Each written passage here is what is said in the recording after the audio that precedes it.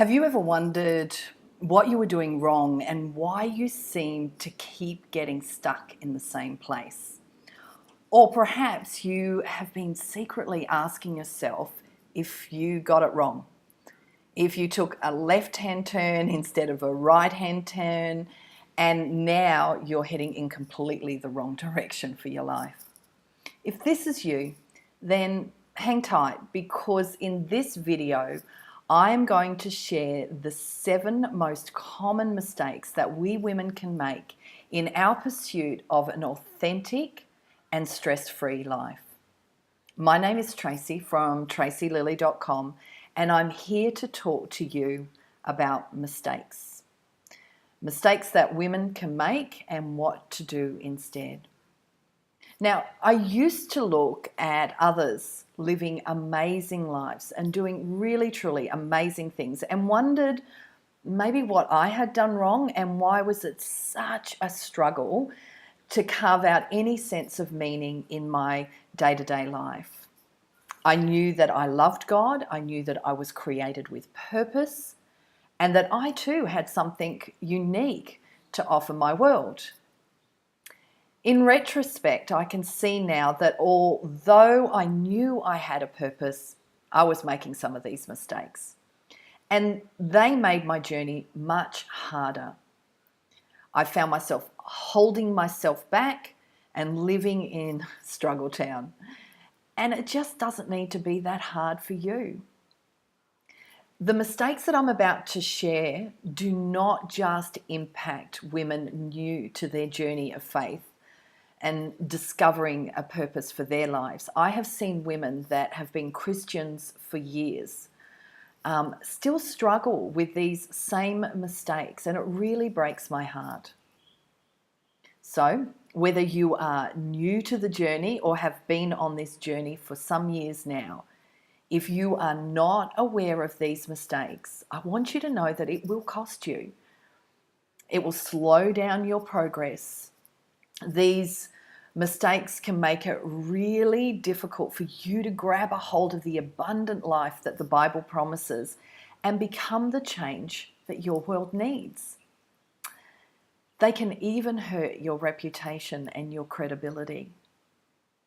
Now, it might sound really full on, but I also believe that these mistakes can make you sick and resentful. They can leave you frustrated and burnt out. And they can see you stuck with insecurity and resorting to comparisonitis, none of which are very attractive on Christian women. But when you avoid these mistakes, you're able to really zero in on your own unique and sovereign contribution to the planet. You're able to align everything about your life with that purpose. You suddenly feel much freer, much lighter, and more fulfilled.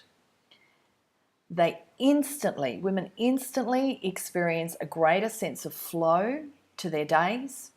And even when you are challenged to make decisions under the pump, you know what is most important and you are not tempted to compromise. So, are you ready to get started? Let's head over to the computer and unpack the 7 mistakes that all of us can make in our pursuit for an authentic and a life that's aligned with purpose. So here we are at the computer again, looking at these common mistakes that each and every one of us could make on the road to living aligned. Now, before I get started, I really want to clarify what I mean when I use the term living aligned. Now, in a physical sense, when our body is out of alignment, we experience pain and we're just less effective. And if that's left unchecked over time, that pain will get worse, and if we're not careful, we risk actually doing damage. And it's the same with our lives. For me, living aligned is when we are living our days aligned with 2 key coordinates. The first one is our core values, and the second is our eternal purpose. And what I know is that when women become clearer about these two key coordinates for their life, they gain a greater sense of confidence and are less insecure. They become far more decisive and a lot less stressed. And they discover a greater sense of flow in their lives and less hustle and bustle. So, what are the mistakes that we can all make on our way to this posture of divine alignment? Well, the first one is we procrastinate. We just put stuff off. This is when we go, like, oh, I'll do it next week, next month, I'll do it next time. And whether we like it or not, procrastination is always working for us in some way, but it is never a friend to our destiny.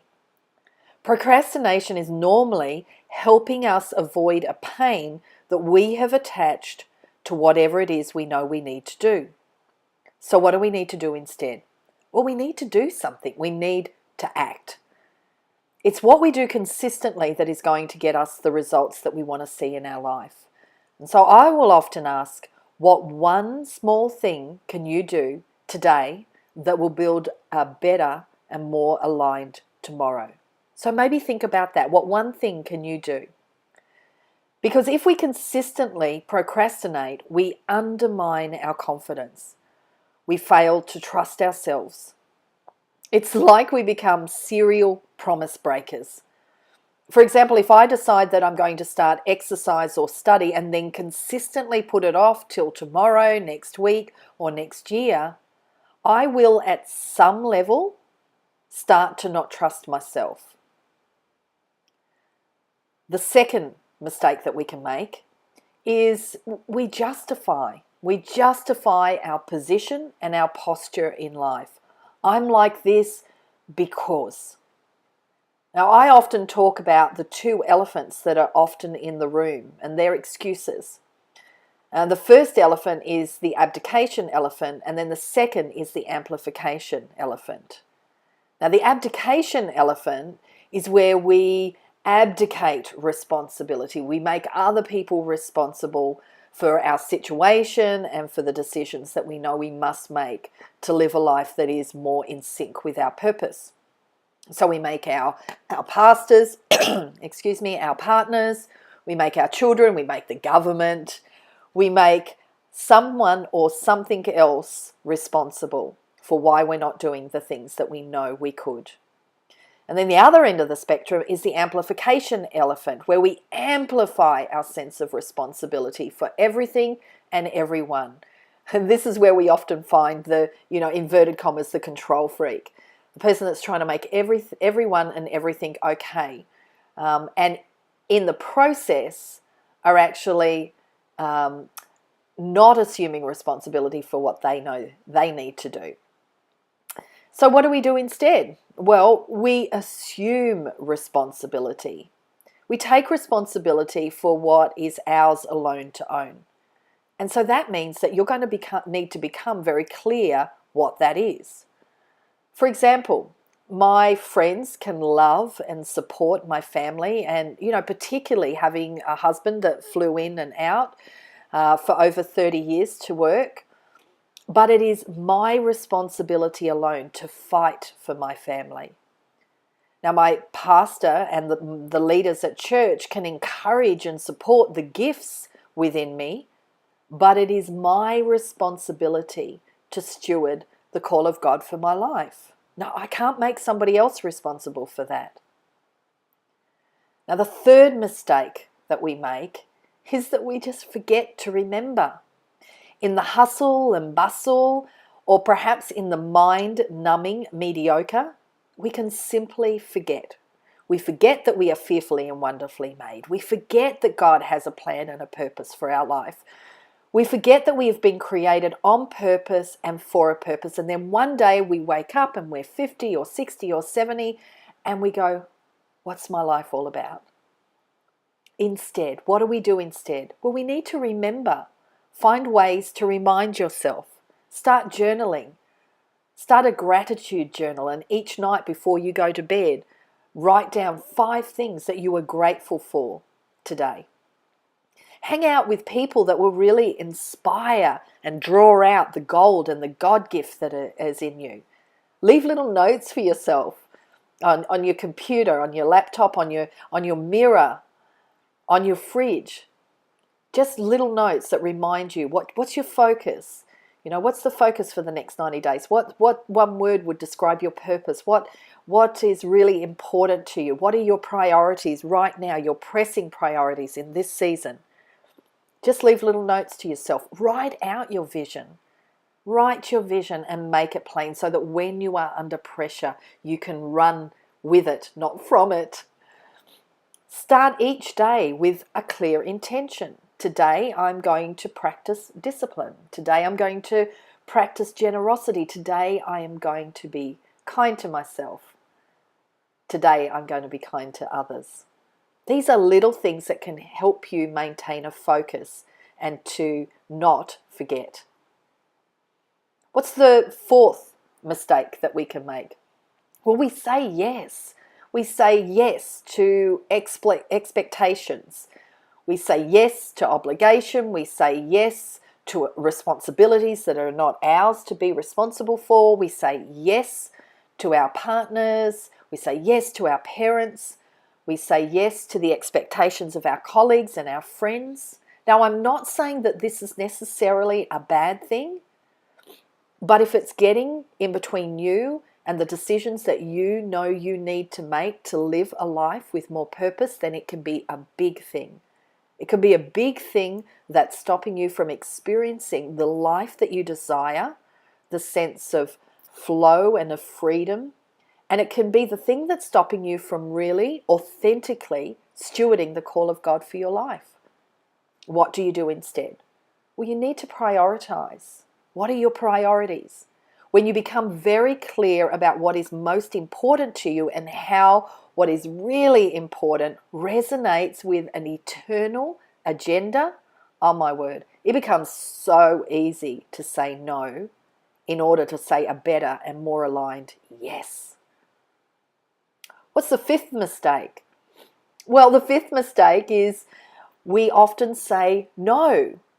We say no to ourselves. We'll say yes to the expectations of others, but we say no to ourselves. We say no to asking ourselves the really hard questions. We say no to what nurtures us, like it's being selfish or something. We say no to pursuing our ideal life as if God doesn't want us to live an exceeding and abundant life.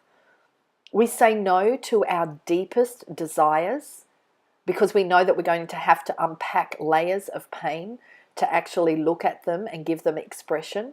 We say no to really, truly digging deep and seeking out our eternal purpose. I mean, seriously, what's that all about? Well, mostly it's about hiding behind a veil of too busy or failing to value our worth from heaven's perspective. What to do instead? Well, instead, you need to create some space, and it needs to become sacred. You need to create margin, breathing room for your soul, for your spirit, for your body. Just push back the urgent. Push back the stuff that's screaming at you.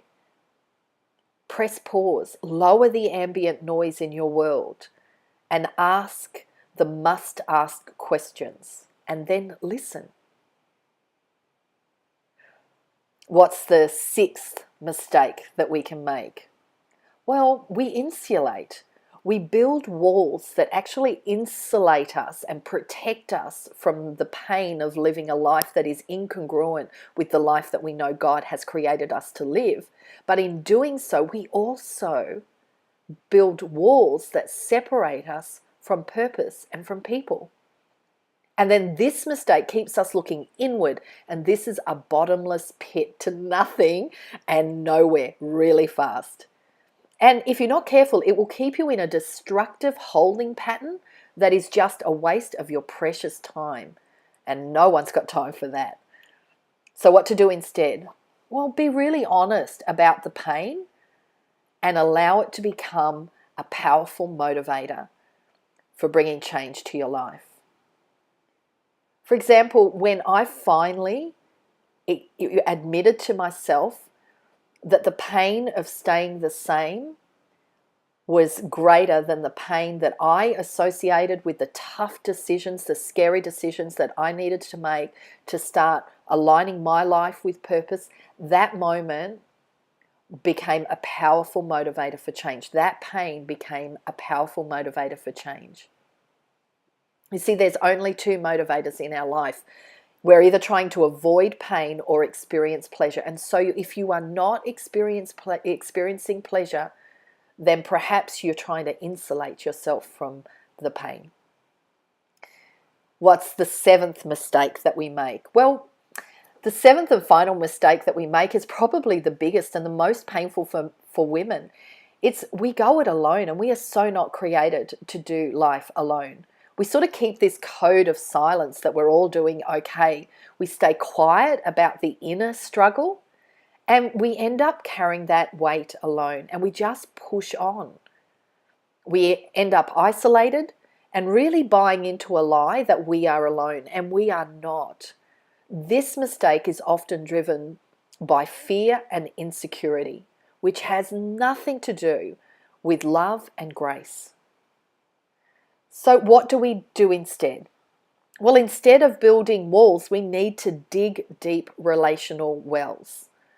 Intentionally, slowly start building deep-spirited relationships with women that you have a chemistry with women that you can trust, with women that have, they're a little bit further along in the journey and they've got character and maturity attributes that you aspire to. Women that can encourage us and hold us accountable to the plans and purposes of God. So let's quickly recap. They're the 7 mistakes that we can all make on our way to living aligned. And so instead of procrastination, we now know that we need to practice action. And instead of justifying ourselves, what we need to do is assume responsibility. Instead of forgetting, we need to choose to remember. Instead of always saying yes, what we need to do is say no to say a better and more aligned yes. Instead of always saying no to nurturing ourselves, we need to create some space and keep it sacred. Instead of insulating our hearts from the pain, we need to be honest and allow that pain to become a powerful motivator for change. And instead of isolating ourselves, we need to become intentional well diggers, digging deep relational wells. Your next step, if you want to, is to actually download the slides and answer and reflect on each of the mistakes, and then determine which one resonates as most true for you now. Be really honest with yourself. And of all the mistakes that resonate most, identify that one that speaks the loudest to you right now. The one that, if you're really honest, you know you default to all the time, and it's this mistake that's keeping you stuck. Now, consider what you're going to do instead. Write it down. Sticky note it to your mirror or your forehead if you need to. And focus on your instead action for the next 30 days. For the next 30 days. You now know all the mistakes that we can make on our way to living aligned, and you know what you can do instead. You're now very aware that you're not alone and that many, many other women experience the same doubts, the same disappointments, the same struggles as you. You know what to do instead, and you're ready to get started creating a life aligned with your unique and divine purpose and become a powerful light in your world. Now, I hope that you found this video really helpful. And if you did, you might also find my latest ebook, The Pineapple Project, helpful as well. Again, don't worry, this is not the hard sell. In fact, you still can't purchase the book just yet. I created the Pineapple Project because I was just really tired of seeing so many tired and frustrated women, just amazing, passionate women who were consistently getting stuck, going round and round in the same circle and not getting anywhere. They were struggling and really exhausting themselves, many of them to a place where they just decided to give up. Now, the Pineapple Project is a fully interactive ebook that you can download instantly from anywhere in the world. And in it, I share a step-by-step process that will show you exactly how you can create a life that is completely in sync with the eternal purposes for your life. It'll help you translate the big picture purpose into your everyday calendar, so that you can wake up every day and know that you are living the life that God created you to live. You can create enough margin, enough space in any moment to authentically connect with others and experience that sense of divine flow and freedom. Most importantly, you can lay your head on your pillow at night with a deep sense of contentment. Feedback from women who have worked through this process have really blown me away.